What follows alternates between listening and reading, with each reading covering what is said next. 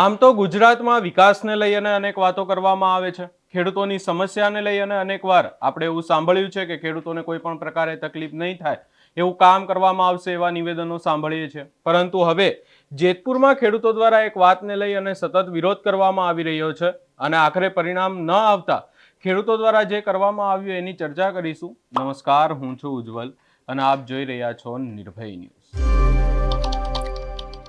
જેતપુરમાં ભાદર નદીમાં જે પ્રદૂષણ થયું છે ને આ પ્રદૂષણને લઈ અને છેલ્લા કેટલાય સમયથી ખેડૂતો દ્વારા વિરોધ કરવામાં આવી રહ્યો છે. સ્થાનિક લોકો પણ આ બાબતને લઈ અને અનેકવાર રજૂઆતો કરી ચૂક્યા છે, પરંતુ હજી સુધી કોઈ પણ પ્રકારે પરિણામ નથી આવ્યું. આ આખી બાબતને લઈ અને હવે ખેડૂતો દ્વારા વિરોધ કરવામાં આવ્યો. ખેડૂત આગેવાનો દ્વારા જે ભાદર નદીમાં સતત જે પ્રદૂષણ વધી રહ્યું છે આ બાબતને લઈ અને વિરોધ કરવામાં આવ્યો. આ આખી બાબતને લઈ અને ક્યાંક ને ક્યાંક ખેડૂતો ઘણા સમયથી હેરાન છે. આજુબાજુના વિસ્તારના લોકો પણ હેરાન પરેશાન થઈ ગયા છે. વધુમાં સૌપ્રથમ એ લોકો દ્વારા શું કહેવામાં આવ્યું અને વિરોધના દ્રશ્યો પર પણ નજર કરીએ.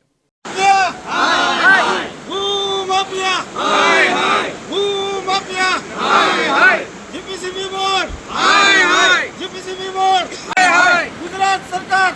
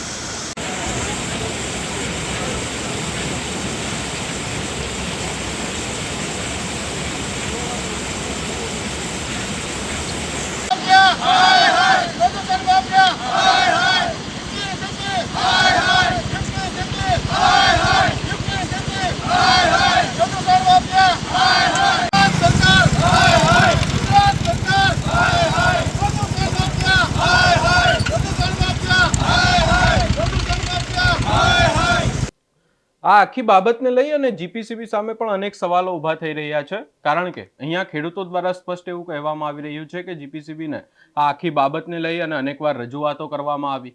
સૌપ્રથમ તો આપણે જીપીસીબી શું છે એની વાત કરીએ તો આ આખી એક પ્રદૂષણ નિયંત્રણ માટે ગુજરાતમાં બનાવવામાં આવેલું એક ક્યાંક ને ક્યાંક જે પ્રદૂષણની સમસ્યાઓ છે એને નિયંત્રણમાં લાવવા માટેનું એક બોર્ડ છે. અને આ આખી બાબતને લઈ અને જેતપુરના લોકોની જો વાત કરવામાં આવે તો લોકો હેરાન પરેશાન એટલા માટે છે કારણ કે આ પ્રદૂષિત પાણી આવે છે, ઝાકવાળું પાણી આવે છે અને આ બાબતને લઈ અને લોકોને મોટા પાયે નુકસાન પણ થાય છે. અનેકવાર આપણે જોયું અને ખેડૂતો એટલા માટે રોષે ભરાયા છે કારણ કે આ પાણી ક્યાંક ને ક્યાંક એમના ખેતરોમાં પણ જતું હોય છે. જ્યારે એવો પાક કરતા હોય છે ત્યારે આવું પાણી જો ખેડૂતોના ખેતરોમાં જશે તો એમને પાકને નુકસાન થવાની પણ ક્યાંક ને ક્યાંક ભીતિ છે. અને આ તમામ બાબતને લઈ અને હવે સવાલો જીપીસીબી સામે એટલા માટે ઊભા થાય છે કારણ કે એમનું કામ જ આ છે. આ બોર્ડ એટલા માટે જ બનાવવામાં આવ્યો છે કે આવી સમસ્યાઓની સામે જ્યારે કોઈ પણ આવી તકલીફો પડતી હોય તો એને નિયંત્રણમાં લાવી શકે, લોકોને મદદ કરી શકે, પરંતુ આ બોર્ડ હાલ કરી શું રહ્યો છે એવા સવાલો ઊભા થઈ રહ્યા છે. જેતપુરમાં આટલી મોટી સમસ્યા છે ને આ સમસ્યાઓને લઈ અને હવે ફરી એકવાર ખેડૂતો મેદાને આવ્યા છે. 60 થી 70 જેટલા ખેડૂતો ભેગા થયા હતા, આગેવાનો સાથે ભેગા થયા, ભાદર નદી પહોંચ્યા હતા અને આખી પાણીની સમસ્યાને લઈને ફરી એકવાર રજૂઆત કરી છે. આગામી સમયમાં જોવાનું રહેશે કે આ બાબતે કોઈ તંત્ર દ્વારા નિર્ણય લેવામાં આવે છે કે નહીં. આ સમગ્ર બાબતે તમારો શું અભિપ્રાય છે એ અમને કમેન્ટ કરી જરૂર જણાવશો. અમારી ચેનલ નિર્ભય ન્યૂઝને લાઇક, શેર, સબસ્ક્રાઇબ કરવાનું ભૂલશો નહીં.